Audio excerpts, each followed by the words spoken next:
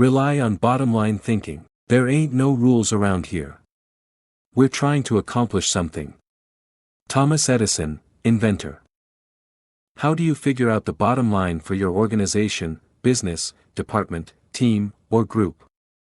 In many businesses, the bottom line is literally the bottom line. Profit determines whether you are succeeding. But dollars should not always be the primary measure of success. Would you measure the ultimate success of your family by how much money you had at the end of the month or year? And if you run a nonprofit or volunteer organization, how would you know whether you were performing at your highest potential? How do you think bottom line in that situation?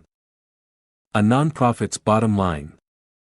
Frances Hesselbein had to ask herself exactly that question in 1976, when she became the National Executive Director of the Girl Scouts of America. When she first got involved with the Girl Scouts, running the organization was the last thing she expected.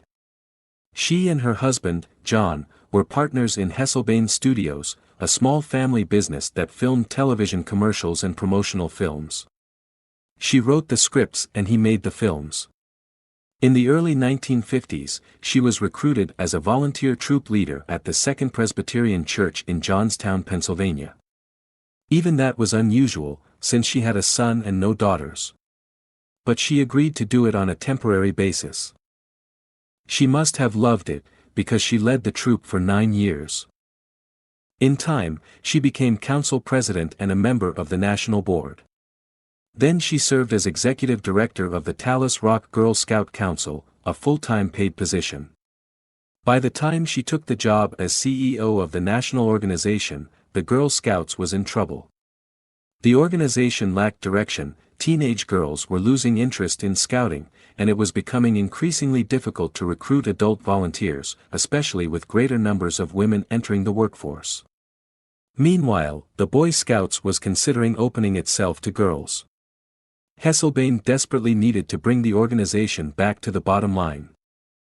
We kept asking ourselves very simple questions, she says. What is our business? Who is our customer? And what does the customer consider value? If you're the Girl Scouts, IBM, or AT&T, you have to manage for a mission. Hesselbein's focus on mission enabled her to identify the Girl Scouts' bottom line. We really are here for one reason, to help a girl reach her highest potential. More than any one thing, that made the difference. Because when you are clear about your mission, corporate goals and operating objectives flow from it.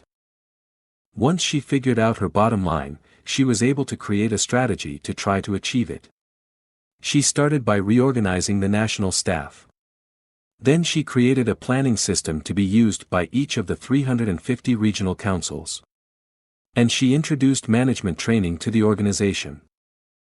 Hesselbein didn't restrict herself to changes in leadership and organization. In the 1960s and 70s, the country had changed and so had its girls, but the Girl Scouts hadn't. Hesselbein tackled that issue too. The organization made its activities more relevant to the current culture, giving greater opportunities for use of computers, for example, rather than hosting a party. She also sought out minority participation, created bilingual materials, and reached out to low-income households. If helping girls reach their highest potential was the group's bottom line, then why not be more aggressive helping girls who traditionally have fewer opportunities? The strategy worked beautifully. Minority participation in the Girl Scouts tripled. In 1990, Hesselbein left the Girl Scouts after making it a first-class organization. She went on to become the founding president and CEO of the Peter F. Drucker Foundation for Nonprofit Management, and now serves as chairman of its board of governors. And in 1998, she was awarded the Presidential Medal of Freedom. President Clinton said of Hesselbein during the ceremony at the White House, "She has shared her remarkable recipe for inclusion and excellence with countless organizations whose bottom line is measured not in dollars, but in changed lives." Couldn't have said it better. Why you should enjoy the return of bottom line thinking. If you're accustomed to thinking of the bottom line only as it relates to financial matters, then you may be missing some things crucial to you and your organization. Instead, think of the bottom line as the end, the takeaway, the desired result. Every activity has its own unique bottom line. If you have a job, your work has a bottom line. If you serve in your church, your activity has a bottom line. So does your effort as a parent or spouse, if you are one. As you explore the concept of bottom line thinking, recognize that it can help you in many ways. 1. Bottom line thinking provides great clarity. What's the difference between bowling and work? When bowling, it takes only 3 seconds to know how you've done. That's one reason people love sports so much.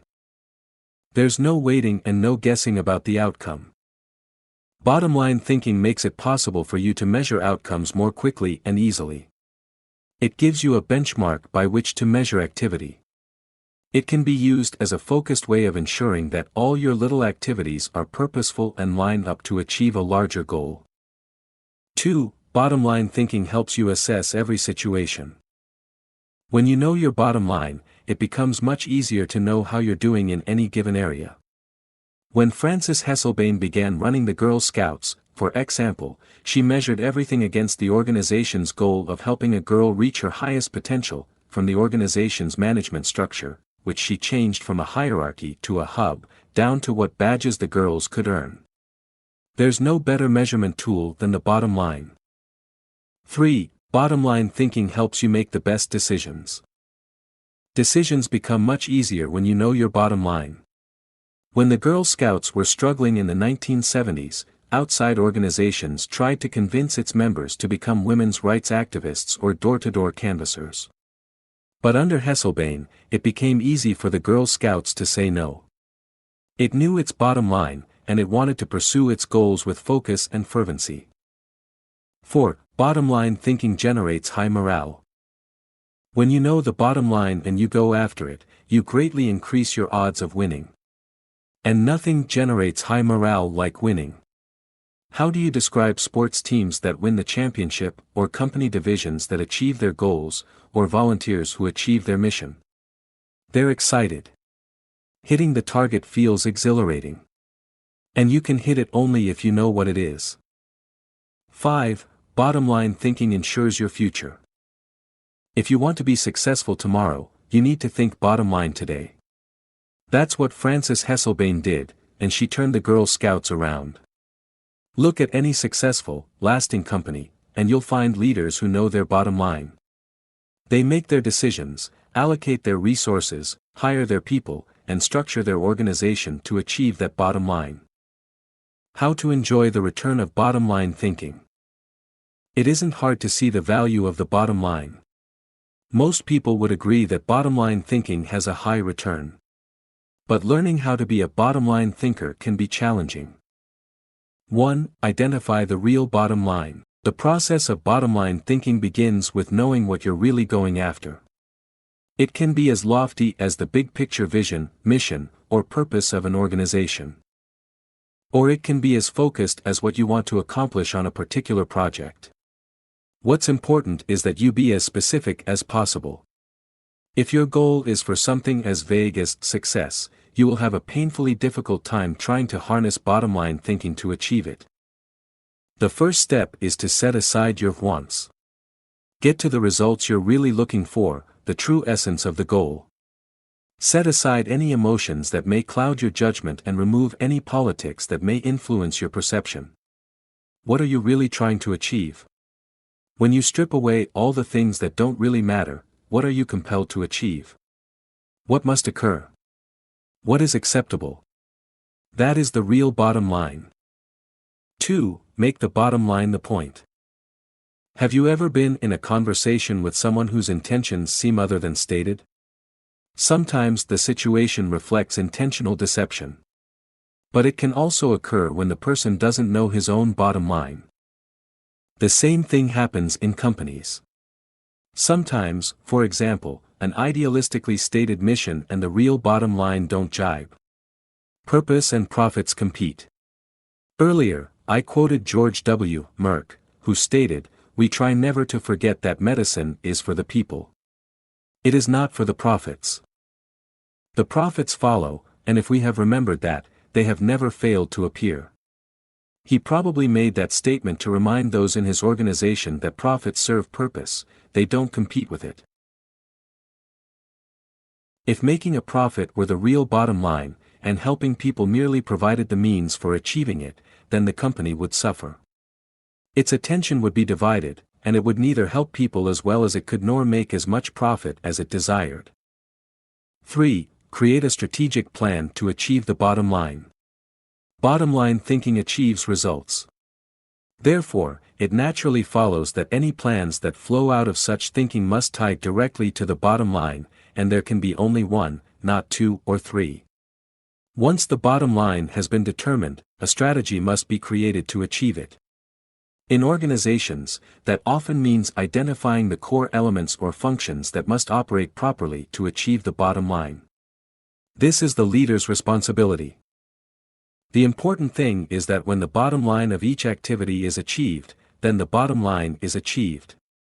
If the sum of the smaller goals doesn't add up to the real bottom line, then either your strategy is flawed or you've not identified your real bottom line. 4. Align team members with the bottom line. Once you have your strategy in place, make sure your people line up with your strategy. Ideally, all team members should know the big goal, as well as their individual role in achieving it.